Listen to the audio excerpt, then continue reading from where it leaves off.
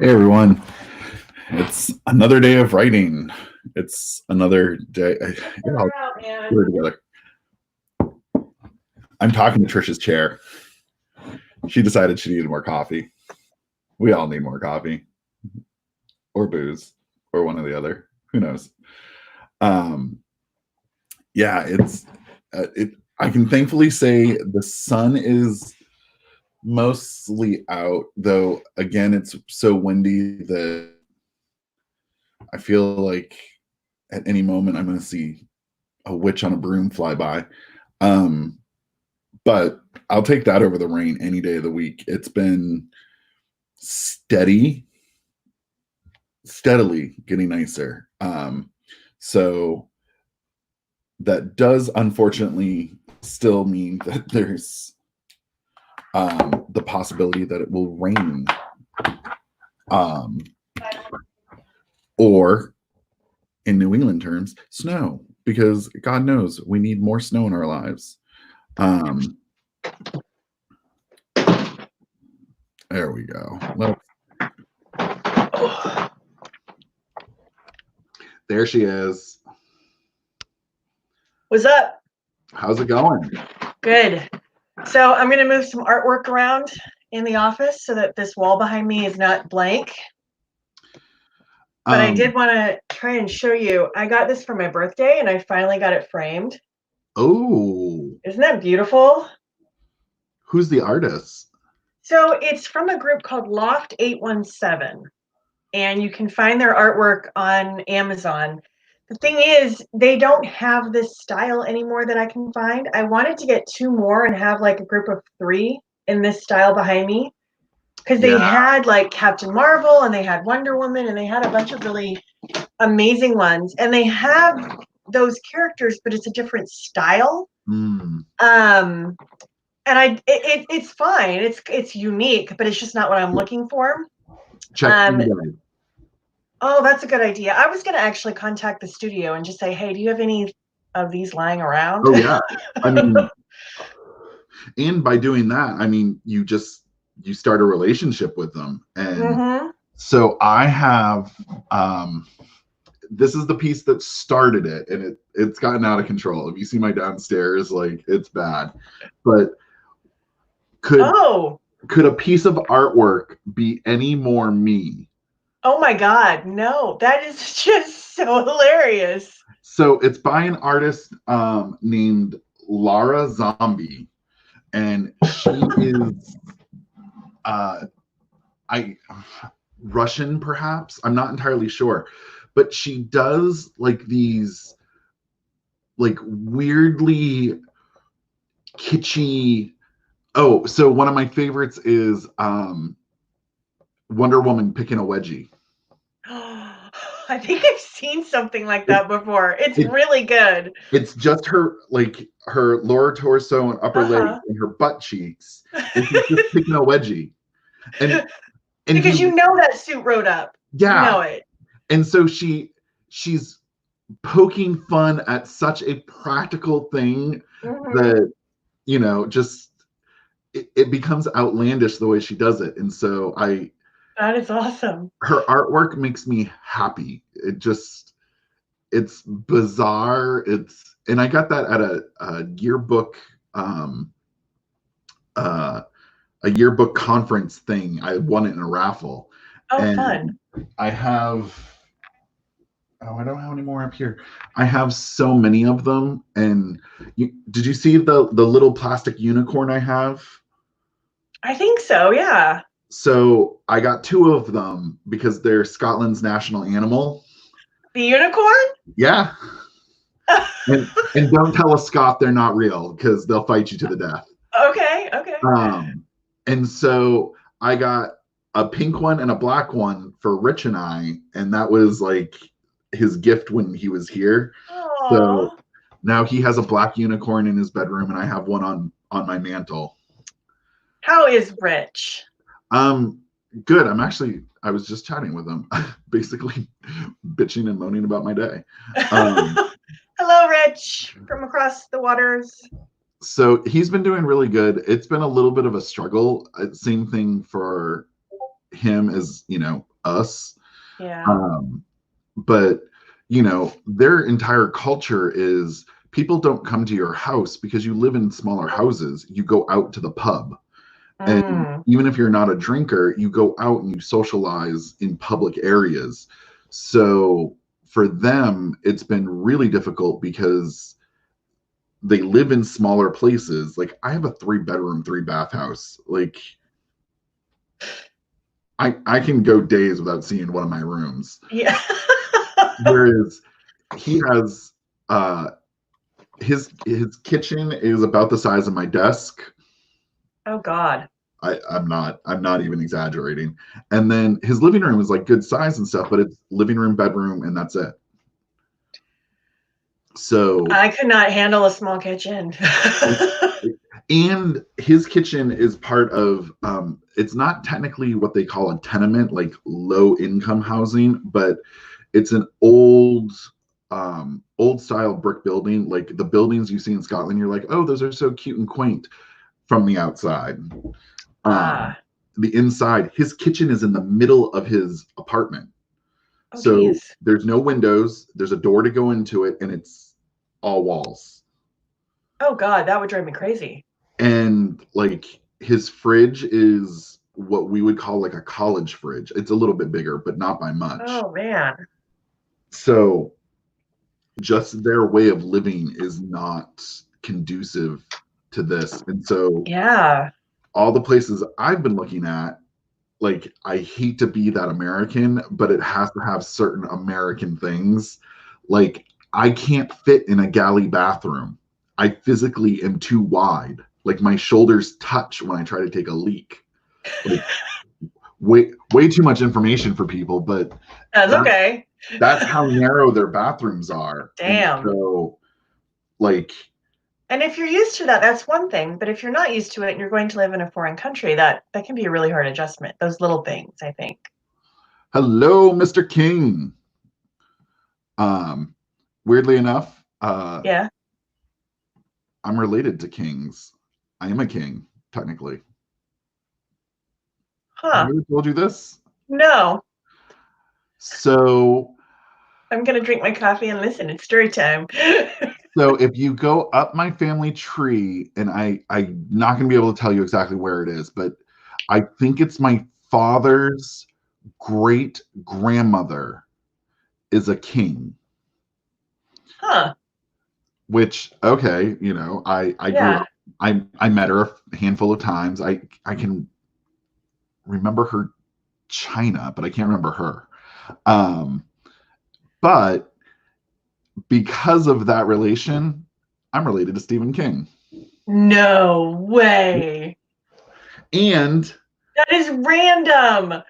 I mean, granted, I'm from Maine. We're literally all related. So it's not when you really look at like our family trees up there, you're like, well, yeah, of course. I'm probably related to him like 4 different ways. Um, and not in healthy ways. Not in societally acceptable ways. That's probably a better way to put it. But the other thing is, when I was in 7th grade, he taught my creative writing class. Stephen And King? yeah, so Stephen King like literally lives down the road from where I grew up. Oh my God. My parents, the house they just sold was literally a 5-minute drive. And I still remember like getting my license and we go drive around Bangor because it's the big city up in Maine. And we're driving around and there's Stephen King just with a bag of groceries walking his dog like everybody else. I have to tell one of my best friends, Rochelle, because she's read almost, I think, everything he's written. She's a big Stephen King fan, and I think she would totally die. Well, and so if you and like so I only learned this because when he was teaching this class, like, and what he does is not like he was teaching my class or anything. He donates a substantial amount of money to all the libraries in Maine, and so Oh, like that's my high nice. school library only exists because he donated the money. And so he would go around to all the schools and give like creative writing talks or lessons or like be part of it. And so like That's he didn't, great. Giving yeah, back to the place he lives. That's fantastic. and like the Bangor Library is massive, especially when you consider the population and the your Uncle Yuri Tarded. What? Wayne, don't be a punk. So, and that doesn't work out pronunciation wise. Nice try though. So the Bangor Library is mostly because he donates to it. He has his own wing. He does readings. He does public appearances.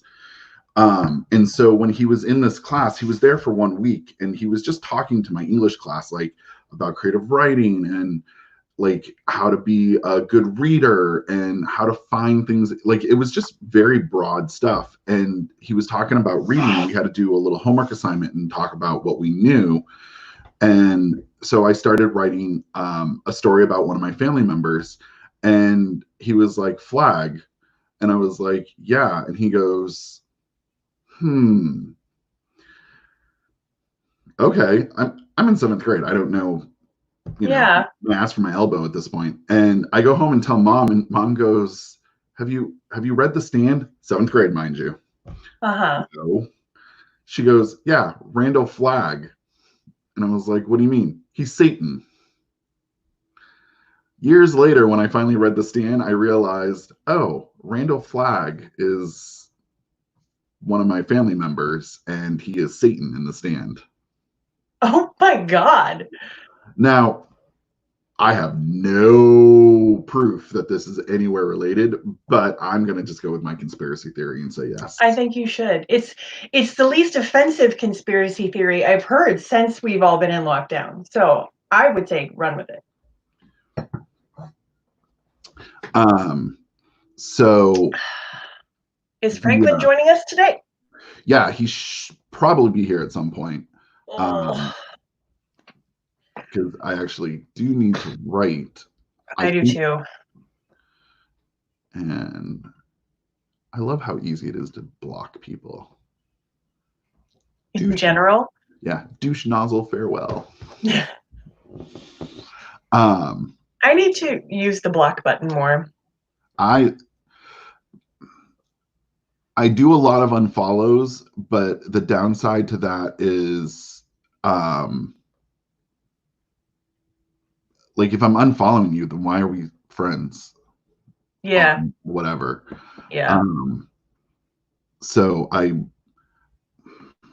have a hard time blocking like other authors or people that I'm like, well, that's a career, like this is a business kind of connection. So I have a hard time blocking them, but I don't have any problems like unfriending or unfollowing them. It's just, I don't want to block somebody that I'm like, in the future, we might need to be in a group or something together. I don't know. They're really, it's difficult because we are the product, and you feel like, oh, I need to be friends with all the other people. But yeah, just because we're business associates doesn't mean that, like, Facebook is about, you post your politics, you post your personal beliefs, you post things that you love. Yeah. And just because we're in the same genre doesn't mean we have anything else in common. I actually stopped accepting friends requests from fellow authors because I was like, this isn't the kind of relationship I want with you.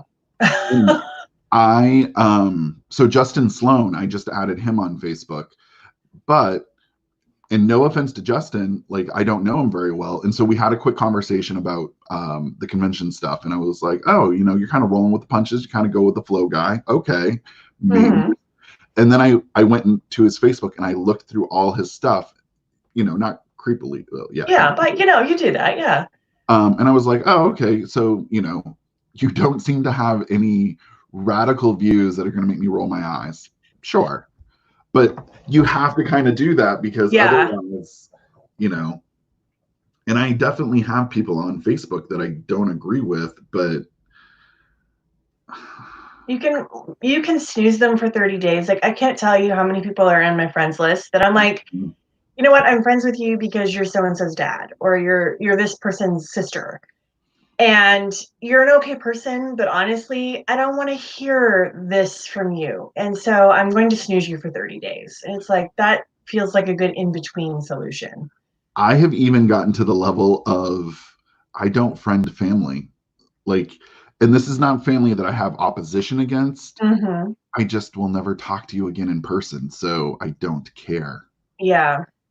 I Um, do post I'm trying not to so much these days, but I do tend to there are times I post political things, or like I'm just, I'll post something that I'm like, wow, this guy was a complete jerk and here's why. And I don't necessarily want other authors who I don't know that well. I don't know their personal beliefs. I don't know their politics. I don't I don't really necessarily feel like that's a part of my life that people that are business associates need to know, if that makes sense. Like you and I, we become actual friends. So that's yeah, different. and it's different because I actually talked to you on the phone, which you have now elevated above my pizza guy during quarantine. Nice. Um, I think I really talked on the phone to like 4 people total. So like that is kind of my barometer of friendship meter. Um, but and I like if we have a working good business relationship, and let's say we are complete polar opposites politically, and we grate each other on that front, I feel by being social media friends, we are damaging a Mhm. professional relationship. That's So, exactly it. Yeah. and I it's the same thing. Like I go to work and I have views that do not agree with my job or the Hmm. people that I work with. And occasionally, you'll touch on the subject like water cooler speak, but you're not going to go crazy about it because it damages your professional relationship. Exactly.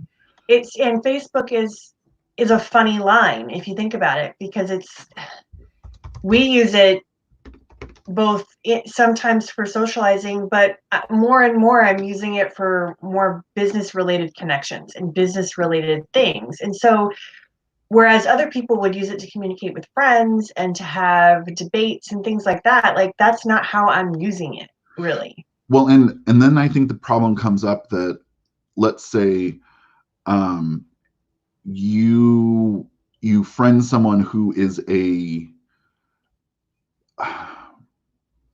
business associate, or just a casual friend on Facebook, and then you remove them, you run the risk of what was their perception of that Hmm. Yeah. connection. Like if I found someone on social media and so for instance, I'm about to do this. There's a really well-known author that I've been friends with for like 5 6 years, but we have nothing in common. Zero. Hmm. Nothing. And even business wise, it's very loose. And so I'm gonna have to unfriend them, but are they gonna view that as a dig personally? Because it Hmm. like people get really nutty about They numbers. do. Yeah. And I've had that happen where there's somebody that I was Facebook friends with that was more of like a business kind of contact. And they said something that I really was like, okay, I really don't agree with. And I think I just don't want to see your stuff for a while. So I had attempted to kind of just, hide them for a little while and then, we'll come back to it later. And they got pissed.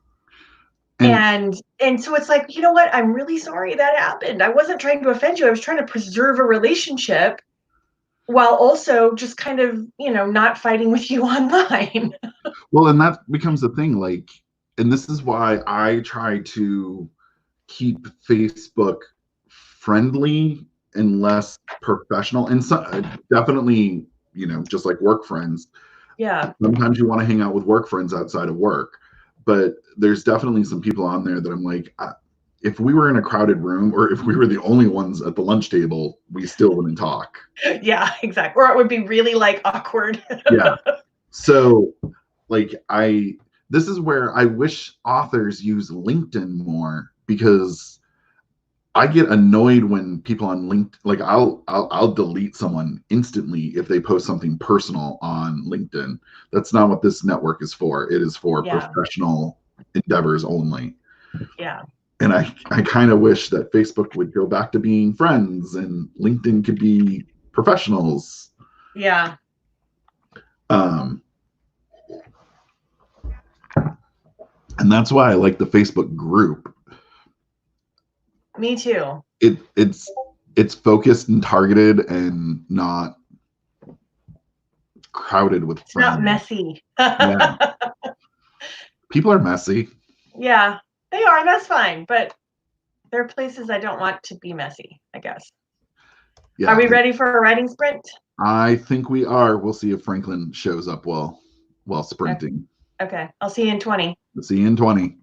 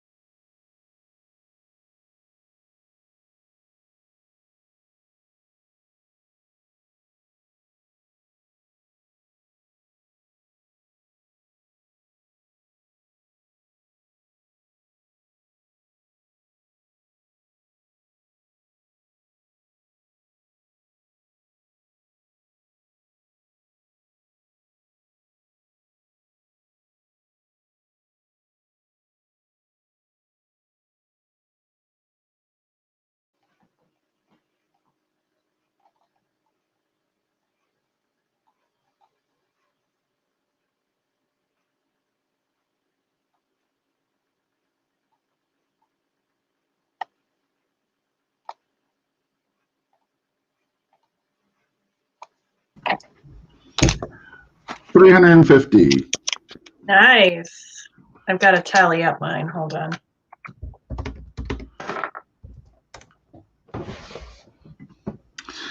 Not the best, but hey, every word counts, man.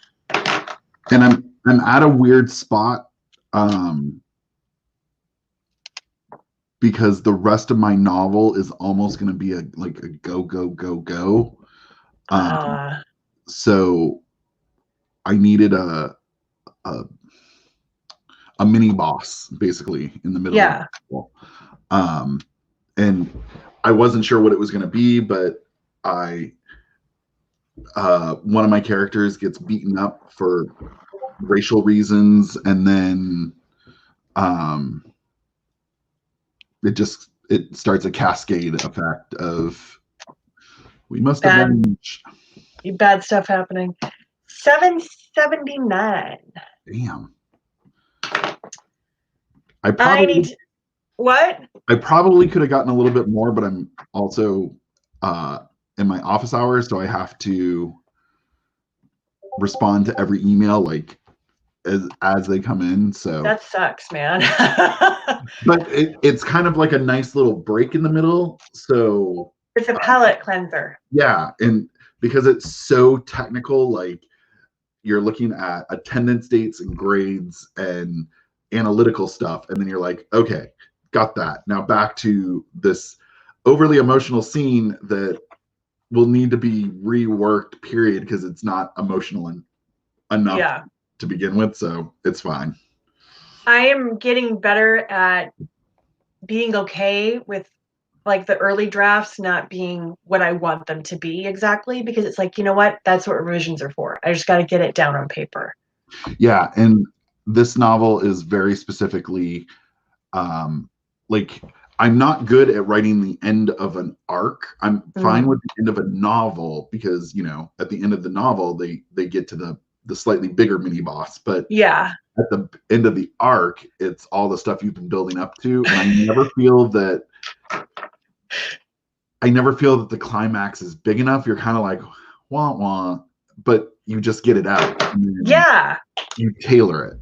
Exactly. I am exactly the same way. I need to take a quick break. I'll be right back. Bio break.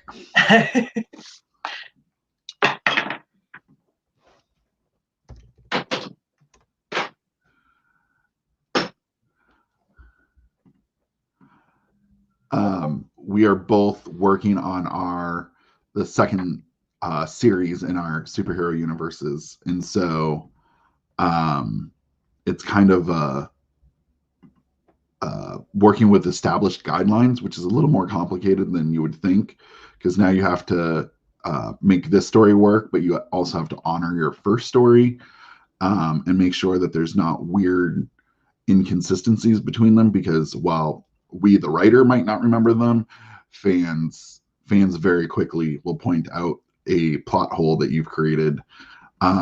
Sometimes plot holes you don't even realize have happened. So it's constantly like, I got to make sure that I don't forget this, and that is difficult to keep track of, especially when as of right now in the world that I'm working in, I have let's see, 800,000 words in this world, so it's not a small chunk of numbers anymore. This will be, I'm on book,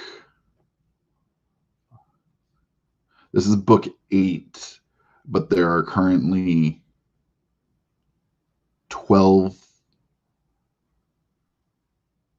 11 stories that have happened in this universe. So keep all of that in line is definitely not easy. Especially because, you know, you're preparing for your next series after that, and you need to make sure that you're stepping on toes. My next series is going to be back in the future, and the way I can give some breathing room for this, which takes place in the 40s. And that is kind of the ongoing, like, constant juggling Look, we have a Franklin. Whoa. I finally made it. How's it going? Good. Today happened to be the day that everybody that I work with decided that noontime is the time to get done every single thing. So, I woke up to text messages from my boss. Let me just tell you that did not start my day well. So I had a document that I thought it said due on Monday, but it was reflecting on the prior week. And so I thought, because, Sunday is part of that week, I thought it meant that that's when we had the ability to start editing this document. And what I did not realize is it was due by 4 p.m. yesterday. And so I woke up to hey, by the way, this document needs to be done now. Oh, no. So I was like, okay, orange juice and eating my breakfast sandwich, and let's do this document as fast as possible. Oh, boy.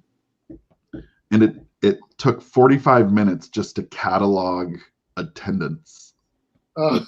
That's all it is attendance. But I managed to get everything good in the sake of all I have left to do for today is some grading, and I need to put out my newsletter. Nice. And tomorrow my agenda is go get booze for Thursday night. Yeah, I'm gonna have to get some more if I join in again because I drank all the stuff that I had. Yeah, I was really drunk that night. So how did it come out? Did the stuff that you do, is it good? So there's so many statements that are half written. As she ran into the why is there a period there? Like, what did she do? Where was she running to? There is no place in this room for her to run. A blank room. Oh boy. Trish, how did your cause you drank and wrote with us, right? Yeah. Like, what? You drank and wrote with us, right? Yeah. Okay, like I was just asking, how did the stuff that you did it come out usable and good, or okay? It did, yeah. I wasn't I didn't really I nursed it, so it wasn't that strong of a drink. Yeah. So apparently there's a trick to drinking now. Yeah, you gotta like ramp it up, Slowly ramp it up. I pre-gamed, and then like it started with pre-gaming vodka shots before I ever went on camera. Oh my God. All in. Wow. Well, I had like 3 shots worth of vodka, so it was like, you can't just have one and leave that in the bottle. You might as well finish it off. And I felt like a baller because the last shot I drank straight from the bottle. Oh my God. Like, here we go. Yep. So by the time I had my first margarita, it was... You were feeling good. Again, I just had to ask you if you were there. Yep, I was totally there. And the only thing I can remember from the rest of the night, it's not like I was drunk, but it's been so... I haven't had a drink since Christmas. Oh my God. That's how often I drink, period. And so I remember going downstairs and just standing in the living room and going, what am I supposed to be doing?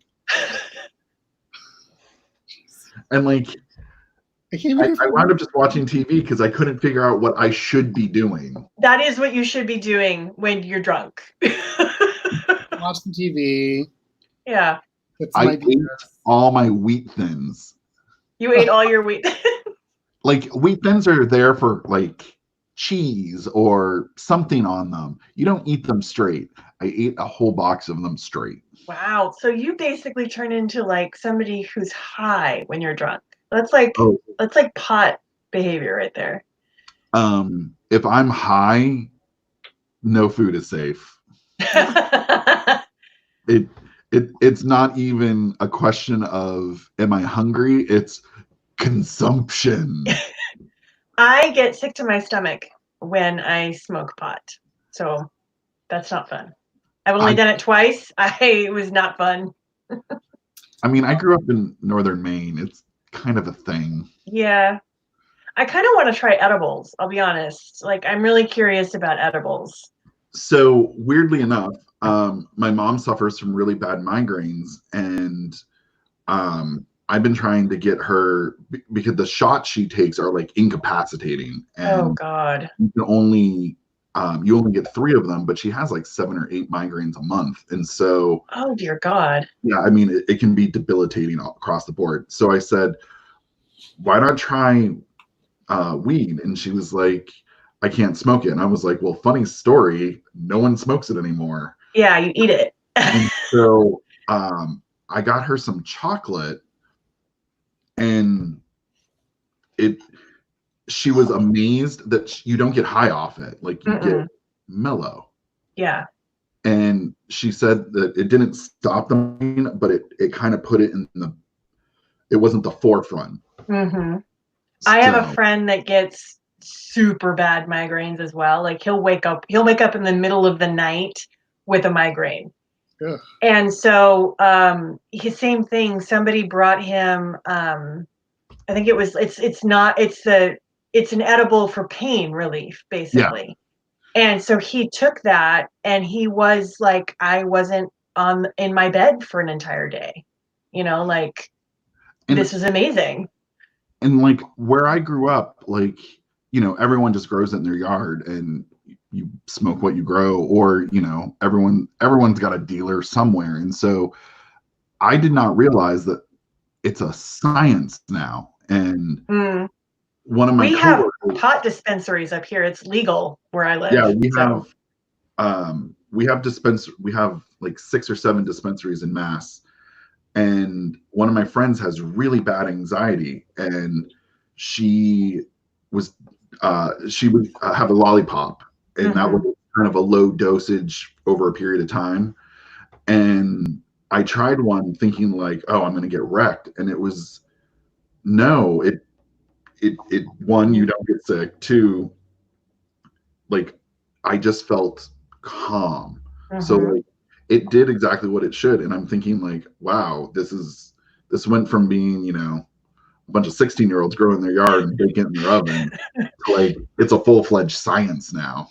Well, and the medicinal properties of marijuana are actually like researchers are continuously asking for money, because they're like, the things that they are seeing in these smaller studies are incredible. It helps with epilepsy. It helps with migraines. It helps with any kind of chronic pain syndromes.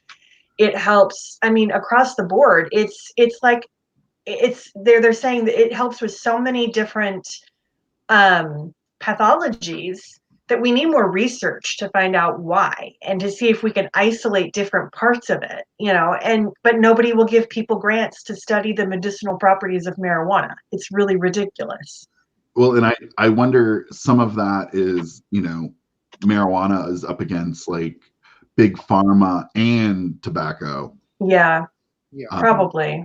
It also has this like societal image of the stoner, the lazy stoner. And what's funny though is they made it legal in Washington State, and everybody was like decrying it. Oh, everybody's gonna get high now, and it was like, no, not really. I can't remember in Maine, if I remember correctly, the crime rate actually wound up going down. Yeah, in every state it's been legalized, the crime rate goes down. So now I kind of wonder, like, legalizing pot is going to put that 16-year-old out of business.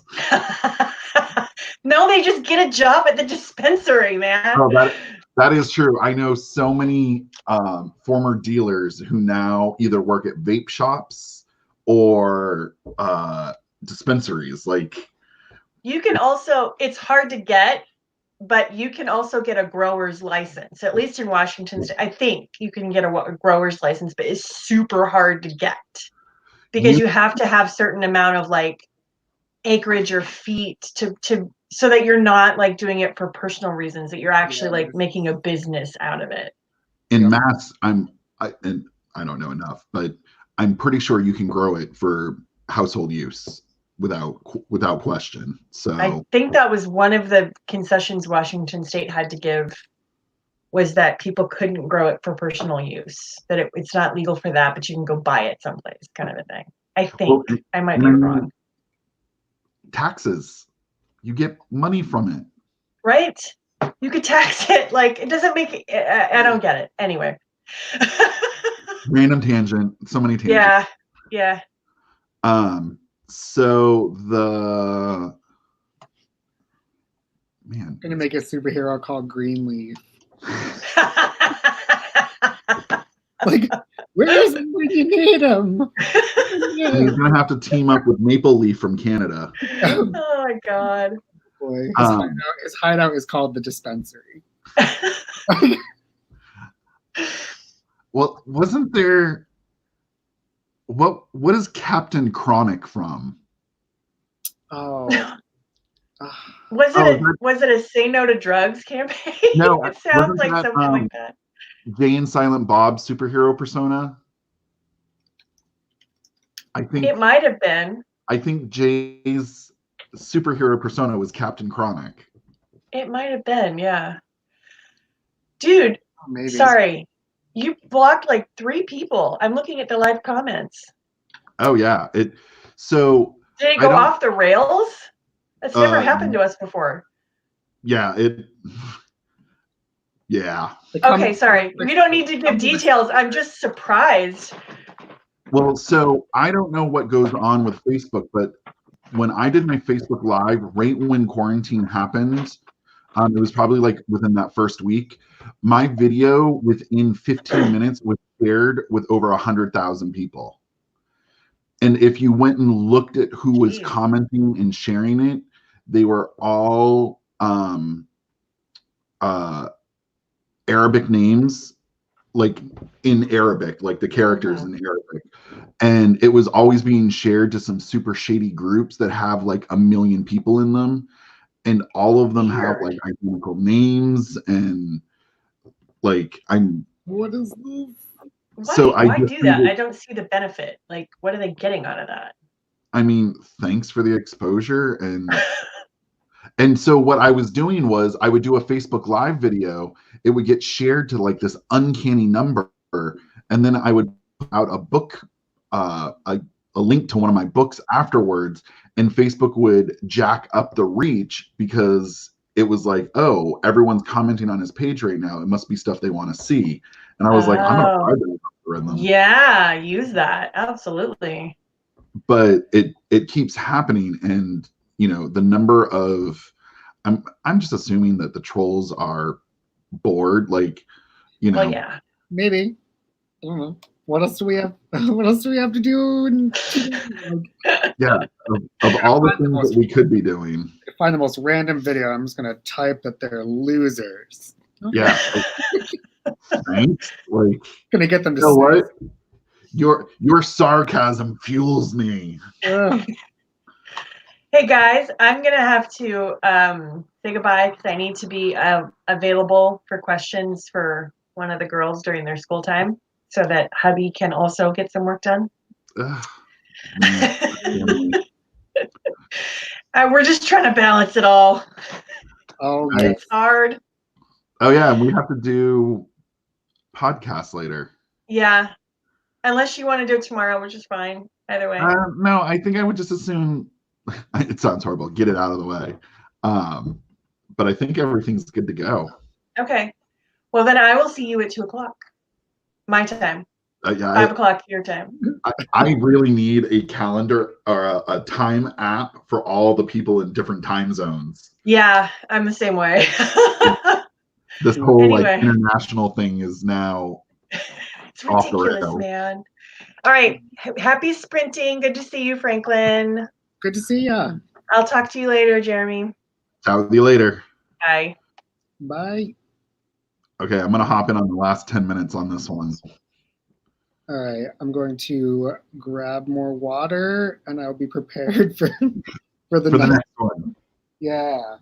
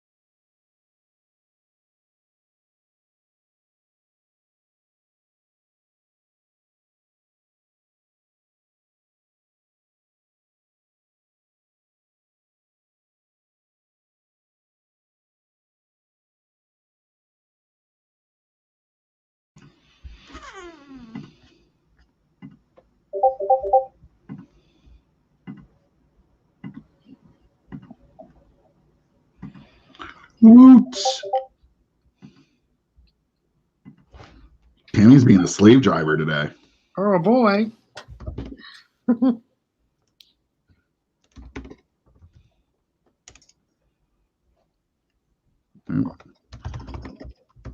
If I can ever remember the commands to join sprints. I'm always torn between like, do I put my total number when I join, or am I gonna split it and say, well, I finished a chapter, and I always have to like start a new document for my brain because I hate just being like, chapter ends here, continue on. So I don't want to do math. I only have to do that with when I'm document bouncing, but like tomorrow I'm gonna have to write an entry for my serial, so that'll be like 2,000 words, but I think I can just do that and not jump between them. But if it winds up being short, then I feel like, oh, I still need to make up my words for the day. So okay, now let me go back to the other one. Yeah.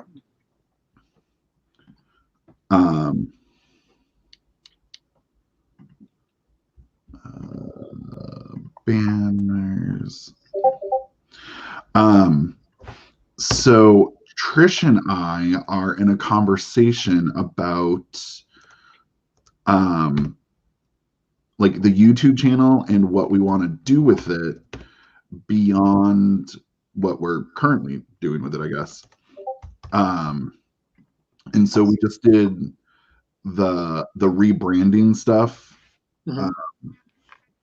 to kind of make it more diverse friendly. And then we're going to start talking about, we're going to do the panels next week so that we can meet all these new people and see like who has good presence, who does this, who does that. And then we are going to start asking people like, hey, here's a list of things we would like to have on the channel regularly. Is there something that the following people would be interested in? So like ours right now, we have Geek History, we have Geeking Out, we have Book Club, but Book Club could be its own thing if someone wants to do reviews specifically in the superhero genre. Like, by all means, if someone wants it, then go for it. Like I do comic book reviews and Trish does the book reviews.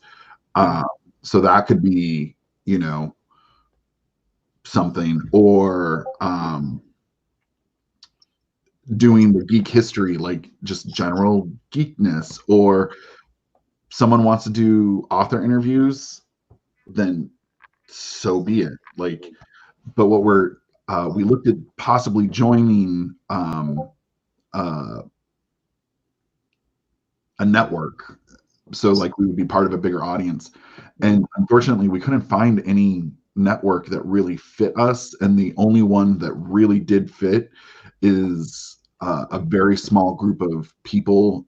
They're comedians actually, and so we were like, well, what if we just started our own system?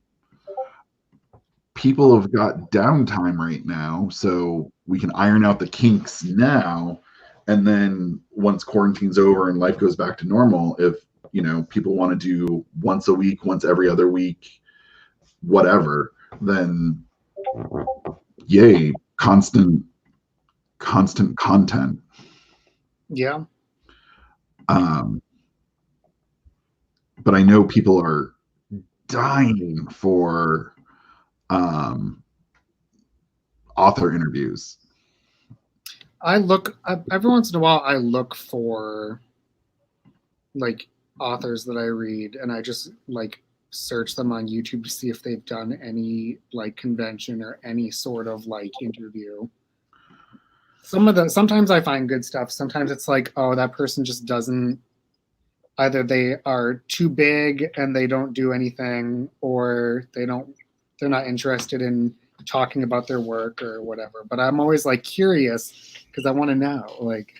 And then you have people like Brandon Sanderson who, oh geez, he could be his own network at this point. Yeah, I've subscribed to his like author group podcast for years, the Writing Excuses, and it's like so interesting. Oh, is that his? He's not always on it, but it started out with him. Oh boy, now my brain is not going to work. I've had it for years. I just didn't realize he was one of them. Yeah, it was Brandon Howard, Mary, and I think it was Dan, and they all talked about their own separate, like, one does a comic strip, the other one does sci-fi, Brandon does fantasy, and it would be like they'd have different big name authors come on and talk about process and everything. See, I think that type of stuff is just awesome in general. And like Bob Morris, BW Morris sent me, he does a 20 questions Q&A. Mm-hmm. And I'm writing them out right now for his blog. And, you know, I'm more than happy to provide content for other people's blogs too. But I'm just reading it, and they're awesome questions, but it would be such a better interview. And so, like, you know, we want to make sure that it serves the person who's doing it, it serves the community, and ultimately, you know, serves everybody. Like our podcast is really, the whole goal behind it is to drive traffic to the website and keep fresh content going to up our SEO rating. Mm-hmm. And video content and audio content right now is like the main thing for people. Like blogging is I still follow some blogs, but it's like blogging is like antiquated compared to like video. And I think people, I like blogging. I like reading blogs because I can do it while I'm doing other stuff. Whereas video or audio, it's the only thing you can do. You can't read and listen at the same time. And the people who do that are crazy. So yeah, we're starting the conversation today to pitch out possible ideas. So we're gonna have like a roadmap, but then we also have to have like, to be part of whatever network, it has to follow the following guidelines. Like I was on Alicia McCullough's podcast the other day, and she does diversity in science fiction and superheroes and fantasy and stuff. Mm-hmm. And we were like, this would be awesome, but it's her show, and we would have to ask her to change stuff to fit into our program. So like, we'll have that conversation and see if she's interested, but if not, then, you know, but it was such a great topic, like diversity specific in literature. So we're going to have, Trish and I literally just spend way too much time plotting. It's officially out of control. So many ideas, so many spreadsheets. Oh my God. If you saw our spreadsheets, I think just yesterday we started 2 more. Like, no, I'm afraid to even look at my own. I just like neglect it and pretend that it's not there. So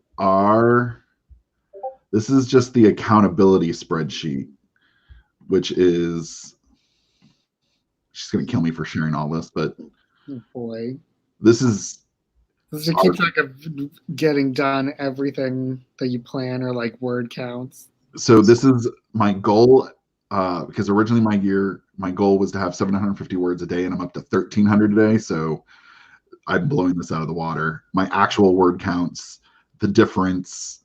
We're even like tracking Instagram followers. You know, what task am I going to take over as my non-writing task for the week? And then, you know, whatever happens. And then everything gets plotted out into charts. Oh, yes. Oh, boy. Because I love me a spreadsheet.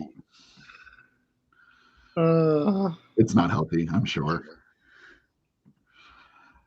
But I try to keep spreadsheets like that, but then I also have to keep track in my head of like what was going on in my life during that amazing streak, and then what happened to like derail me completely, which is There's a segment during my divorce where it would be like one day no writing, one day 10,000 words, one day no writing, one day, and you could tell like what my mood was every day.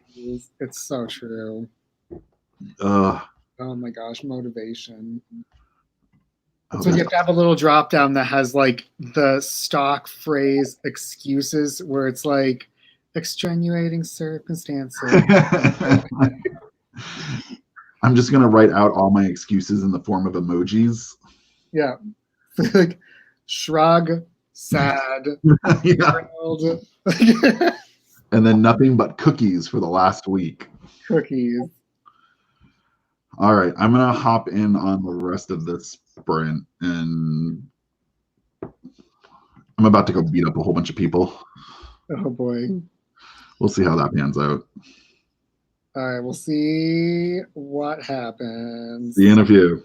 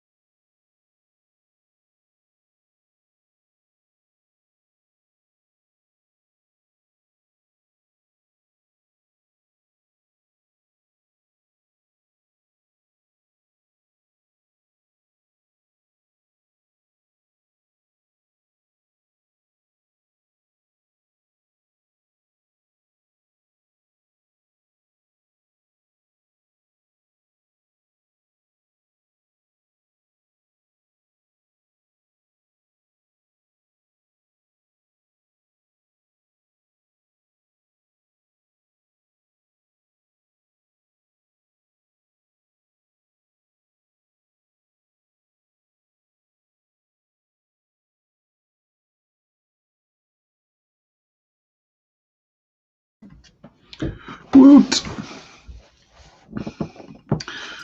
Yeah. 404.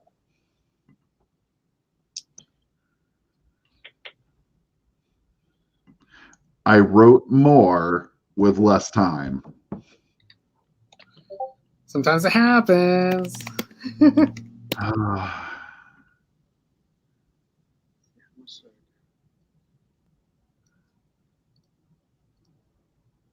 not bad. Okay. I did 610. Ooh, I'm gaining on you. Ugh. I'm still working on a totally brand new random thing that popped in my head a couple days ago, and I'm like figuring out who's who, what's going on. I'm jealous of your ability to bounce between projects. I have like laser focus, but not really focused. Like, I got too many ideas, so I just gotta finish up my ones that I have close to being done, and then be like, okay.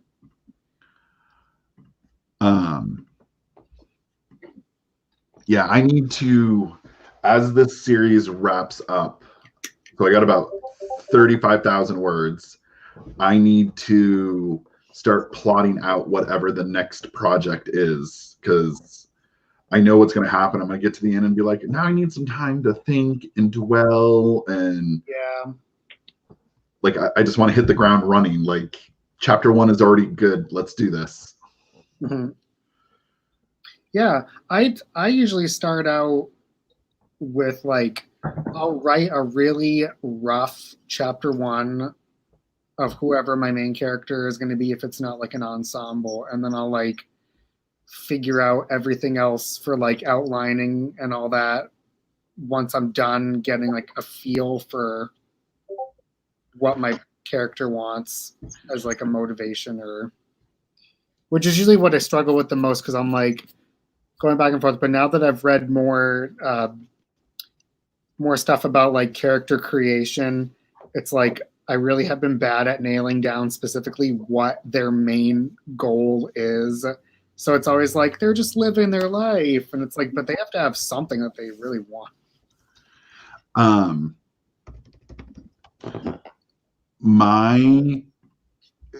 I do the first chapter is very much discovery. Mm-hmm. Who are these people? What are they after? What are their goals? And then, what is the world since the last time I jumped into it? Mm-hmm. Unfortunately, I don't even know what my overarching plot is. Like, I need to at least have maybe a genre figured out. Like, I was like, oh, academies are a big thing right now. I could do an academy novel, and it would actually work really well in this context. Or I could go a little into the future and do a much heavier sci-fi novel. And I don't know what I want. Yeah, it's a lot of like what lines up with like your personal interests, because that's what's going to carry you through. And then it's like, oh, I can also write some trend stuff, but I have to fit it into what I like, which is where I feel like the originality comes from. Whenever there's like a well-worn genre, even if it's like relatively new genre, whenever someone in the reviews is like, this felt so fresh, it's like, that's because that writer took the tropes and the genre and then fed it through their own brain, and we're like, here's what it can be done with this. And I think that's really important, because the like one of my students right now is writing a plot, and it was only when they kind of did like the first 3 chapter outline and sent it to me that I realized their story is a Beauty and the Beast retelling, but it's modern, it has witches, it has different stakes, but if you look at it, it follows Beauty and the Beast almost beat for beat. And when I discovered that, I was like, dude, you're copying the plot from Beauty and the Beast, but it's so you that no one's going to care. This is going to be such a cool spin on Yeah. an existing thing. So Yeah, there's that weird theory where it's like there's only X number of plots in the world when you boil it down, where it's like, this is a betrayal story. This is like a secret identity story. And like, well, there's the 7 types of conflict, and then wasn't it, it's like 15 plots, I think, yeah, like a situation of misunderstanding or a struggle of power. It gets depressing when you realize that. You're like, I fit so firmly in this, and I wanted to be all cool and unique. yeah. But It's not terrible. I did play around with this really obscure thing that somebody on a blog had mentioned, where it was this old book that this like fiction writer from way back in the day wrote. It was called Plotto, and it basically was like a plot generator. It's really difficult to figure out, but it will give you like, here's your base plots, pick it based on what you're interested in. Then it would give you like, choose A, B, C, or D, and it would give you like different things like, your secondary character, the love interest, walks in. They have a fight, and then they leave, and then you go through the prompts, and it gives you suggestions on follow this thread through, and then they give you secondary things. It's so weird, but I was like, wow, some of these I would probably use that I wouldn't think of. But well, and sometimes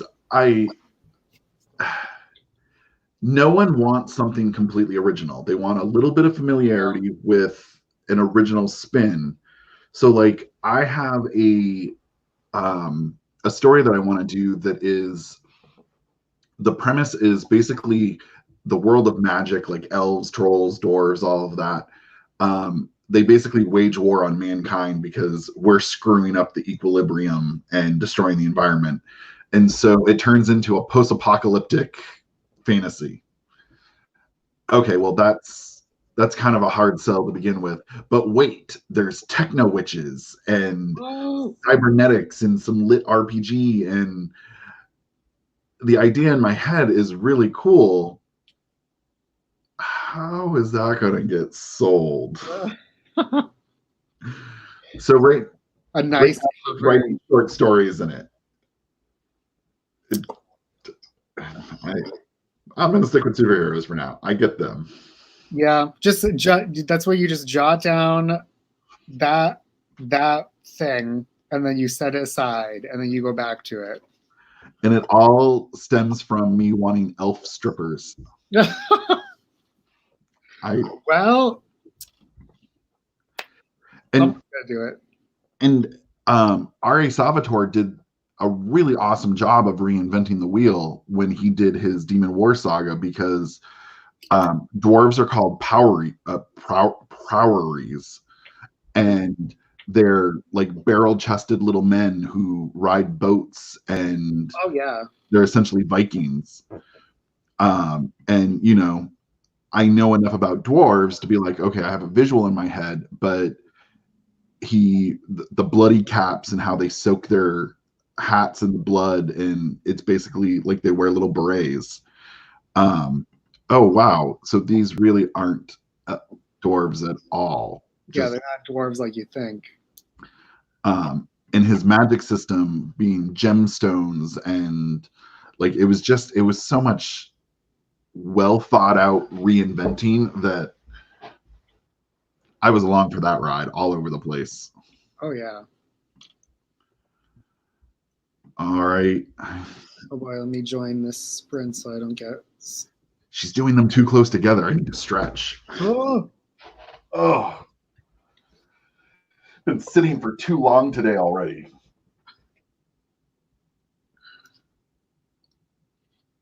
Oh.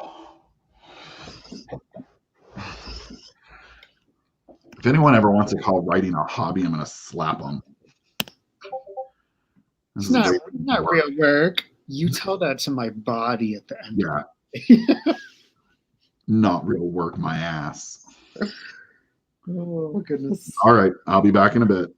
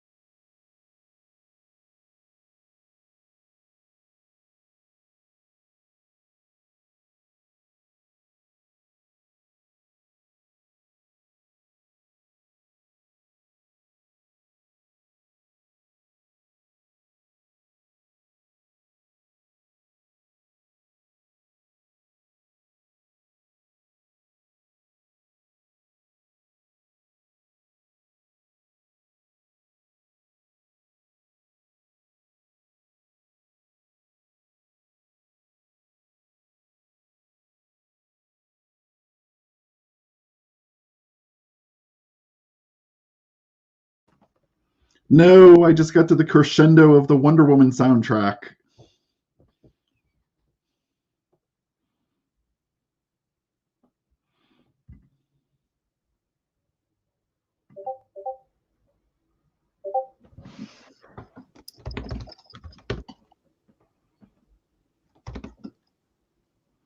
Here we go.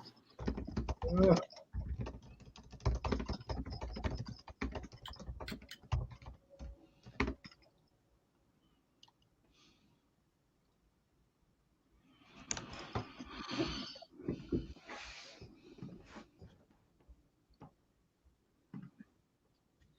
All right, I think I am gonna have to run away because I'm getting emails from people. Yeah, I just popped open my email and I was like, oh, there's a lot all of a sudden. I'm like, So- all right, I'm gonna run around and do all these things. Yeah, I have 3 hours until the podcast, so I have to go eat, finish work, write a newsletter, stuff. Oh yes. It's almost nice enough to go outside. It's might pretty risk it. nice out, I gotta say. Okay. I will talk to you tomorrow. All right, good luck with the podcast. See ya. Bye.